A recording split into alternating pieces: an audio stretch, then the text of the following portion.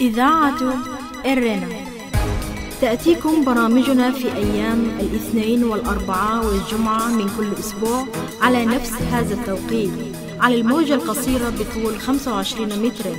كما يمكنكم متابعة بثنا على القمر الصناعي نايل سات على التردد 11678 على الاستقطاب الرأسي.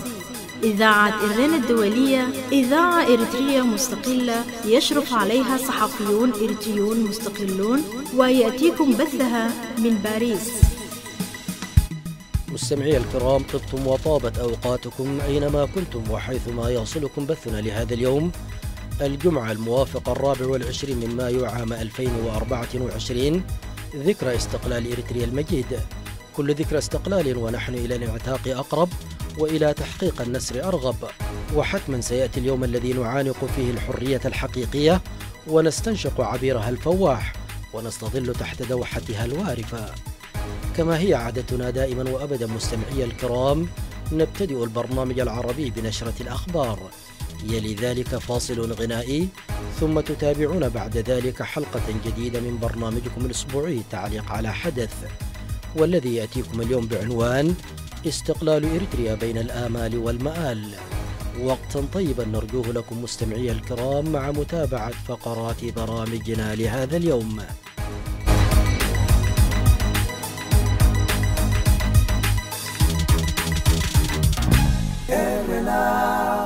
المستمعون الكرام، فيما يلي أقدم لكم نشرة الأخبار، أبتدئها بالعناوين. إصابة 3 إريتريين بإصابات متوسطة في اشتباكات بين أنصار النظام ومقاوميه في جنوب تل أبيب بإسرائيل.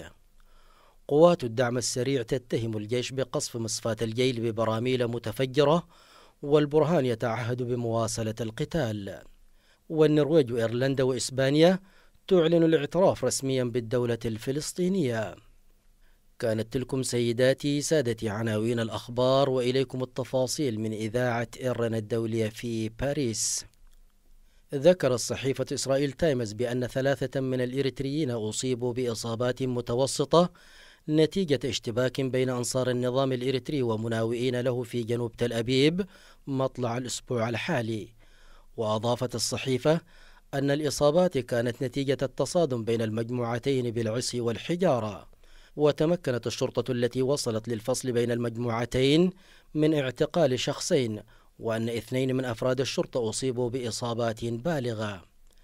هذا وتشهد إسرائيل اشتباكات مستمرة بين مؤيدي النظام ومعارضيه بصورة ملفتة للنظر منذ سبتمبر الماضي، كان آخرها مقتل لاجئ إريتري على يد أنصار النظام الإريتري في 9 من مايو الجاري. قالت قوات الدعم السريع بأن الجيش السوداني قام بقصف مصفاة الجيل شمال الخرطوم. وذكر بيان للدعم السريع أن الطيران الحربي قصف مصفاة البترول بالبراميل المتفجرة، مما أدى إلى تدميرها كليا. ووصف البيان تدمير المصفاة بأنه عمل إرهابي بامتياز يخالف القانون الدولي الإنساني واتفاقيات جنيف، ويكشف مدى الإحباط واليأس الذي وصل إليه الجيش والميليشيات المنضوية تحته. وتقع مصفاة الجيل للنفط على بعد حوالي 70 كيلومتر شمال العاصمة السودانية الخرطوم، وأنشئت في العام 1997، وتعد أكبر مصفاة للبترول في السودان، وترتبط بخطوط أنابيب بمناطق الإنتاج في جنوب غربي البلاد وموانئ التصدير في بورت السودان على البحر الأحمر. وتعرضت المصفاة الواقعة في ضاحية الجيل شمال الخرطوم بحري للقصف المدفعي والجوي عدة مرات منذ أواخر العام الماضي، وتبادل الطرفان الاتهامات باستهدافها. من جهة ثانية، توعد البرهان بمواصلة الحرب وملاحقة الدعم السريع، مشيرا إلى أن الحرب ما زالت في بدايتها، وأنه ملتزم بمواصلتها لحين القضاء على التمرد واسترداد ممتلكات الشعب المنهوبة حسب تعبيره. جاء ذلك أثناء مشاركته في مراسم عزاء لأحد ضباط الجيش. أعلنت إسبانيا والنرويج وإيرلندا الاعتراف رسميا بدولة فلسطين في خطوة ستدخل حيز التنفيذ في 28 من مايو الجاري. وقال رئيس وزراء النرويج يوناس غارستورا إن بلاده ستعترف بفلسطين كدولة مستقلة اعتبارا من 28 من مايو الجاري. وأضاف جارستور أن الهدف من الاعتراف هو إقامة دولة فلسطينية متماسكة سياسيا وأساسها السلطة الفلسطينية، مشيرا إلى أن حل الدولتين من مصلحة إسرائيل.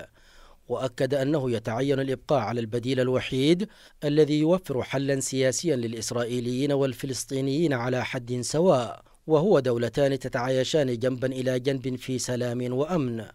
وأضاف إن الحرب في غزة جعلت من الواضح أن تحقيق السلام والاستقرار لا بد أن يستند إلى حل القضية الفلسطينية. وفي إسبانيا أعلن رئيس الوزراء بيدرو سانشيز أن بلاده ستعترف بدولة فلسطينية في يوم 28 من مايو الحالي.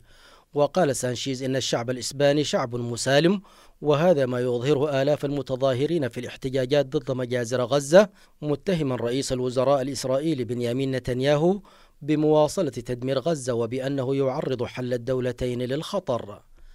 أما في إيرلندا فقال رئيس الوزراء سايمون هاريس إن دبلن ستعترف بدولة فلسطينية، مضيفا أنه يتوقع من دول أخرى الانضمام إلى إيرلندا وإسبانيا والنرويج في اتخاذ الخطوة خلال الأسابيع المقبلة.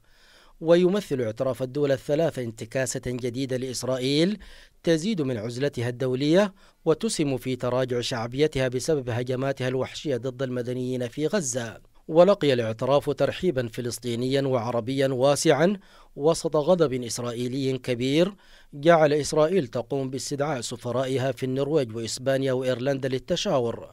وتعترف 3/4 بلدان العالم تقريبا بدولة فلسطين التي أعلنتها قيادة منظمة التحرير الفلسطينية بالخارج قبل أكثر من 35 عاما في 15 من نوفمبر عام 1988 في الجزائر. بهذا أصل إياكم مستمعي الكرام إلى نهاية النشرة الإخبارية لهذا اليوم، وقتا طيبا أرجوه لكم مع متابعة بقية فقرات برامجنا.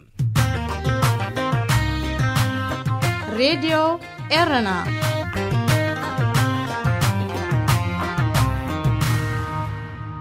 مستمعي الكرام، كما نوهنا في بداية البرنامج تتابعون فيما يلي حلقة خاصة من برنامج تعليق على حدث بعنوان استقلال إريتريا بين الآمال والمآل، وذلك تزامنا مع الذكرى 33 لاستقلال إريتريا الذي يوافق اليوم الجمعة 24 من مايو. نتابع سويا. إذاعة إيرينا، صوت مستقل لإريتريا. أهلا بكم مجددا مستمعي الكرام ومستمعات الكريمات في حلقة خاصة من برنامج تعليق على حدث، والذي يأتيكم اليوم بعنوان استقلال إريتريا بين الآمال والمآل، وذلك تزامنا مع الذكرى 33 لاستقلال إريتريا الذي يوافق اليوم الجمعة 24 من مايو.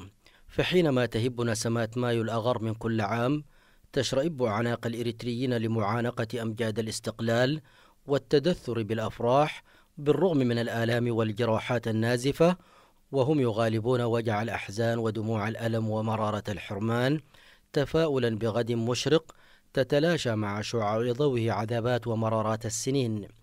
فشهر مايو يمثل لنا نحن الإريتريين بارقة الأمل التي فتحت الباب على مصراعيه إذانا ببزوغ فجر جديد تنسم فيه الشعب الإريتري عبق الحرية، واعتبروه بداية جديدة لاستكمال مسيرة النضال في تحقيق مطالب الاستقلال في بناء دولة العدالة والمساواة وإرساء قواعد الحكم الرشيد لوطن يسع الجميع ويتساوى فيه الجميع في الحقوق والواجبات التي ناضل من أجلها الشعب الإريتري وضحى فيها بكل غال ونفيس، مسترخصا في ذلك كل الدماء والأرواح التي سقطت فداء في سبيل تخليصه من براثن العدو البغيض الذي لم يكن ليبسط سيطرته على إريتريا ويسرق حلم شعبها لولا المؤامرات الدولية والإقليمية التي نسجتها قوى الهيمنة والاستكبار لتقرر بلا حياء كعادتها في إعطاء من لا يملك لمن لا يستحق، ولم تترك لهذا الشعب خيارا ولا طريقا آخر يسلكه في نيل حريته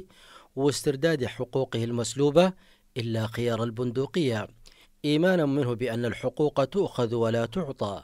فأطلق شرارة الكفاح المسلح في الأول من سبتمبر عام 1961 لتعلن مدوية في صفوح أدال إيذانا ببدء مرحلة الكفاح المسلح تلك الشرارة التي لم تخبو نارها إلا في 24 من مايو عام 1991، يوم أن دخل أبطال جيش التحرير الإريتري إلى العاصمة أسمرة وسط زغارط النساء وأهازيج الرجال ابتهاجا بالنصر البهيج.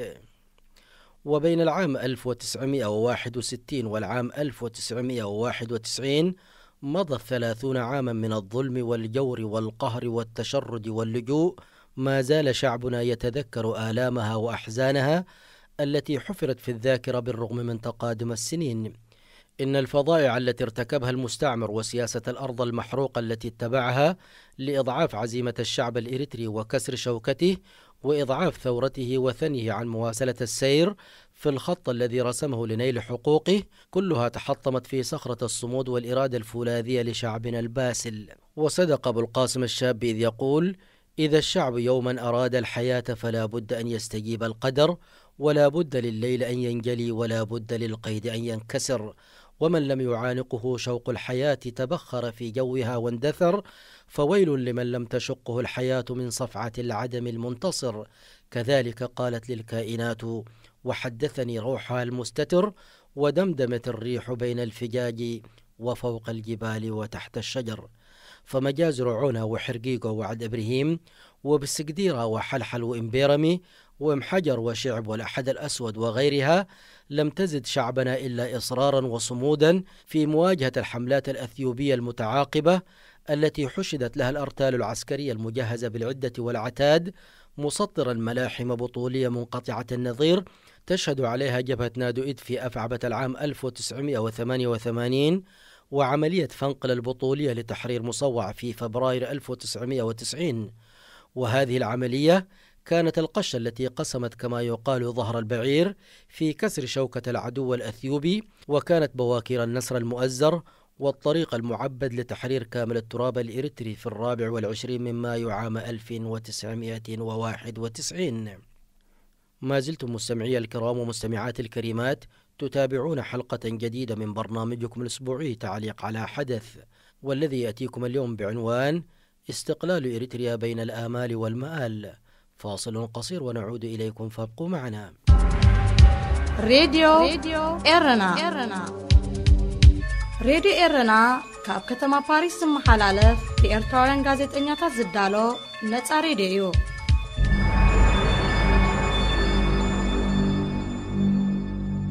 مستمعي الكرام ومستمعات الكريمات، تحقق الاستقلال بطرد المستعمر الأثيوبي من إريتريا مرة واحدة وإلى الأبد في فجر 24 من مايو الأغر، وانزاح الكابوس الذي جثم على صدور شعبنا 30 عاما، ودخلت إريتريا مرحلة جديدة أعلنت فيها إريتريا دولة مستقلة، وحزم الإريتريون أمتعتهم في رحلة عكسية، رحلة انتظروها طويلا في دول الشتات وهم يتوقون للعيش بحرية وسلام في بلادهم التي دفعوا من أجلها أجمل سنين عمرهم. عادوا وهم محملون بالأشواق والحنين إلى مراتع الصبا، عادوا وهم يحلمون برغد العيش ورفاهية الحياة في صورتها البسيطة.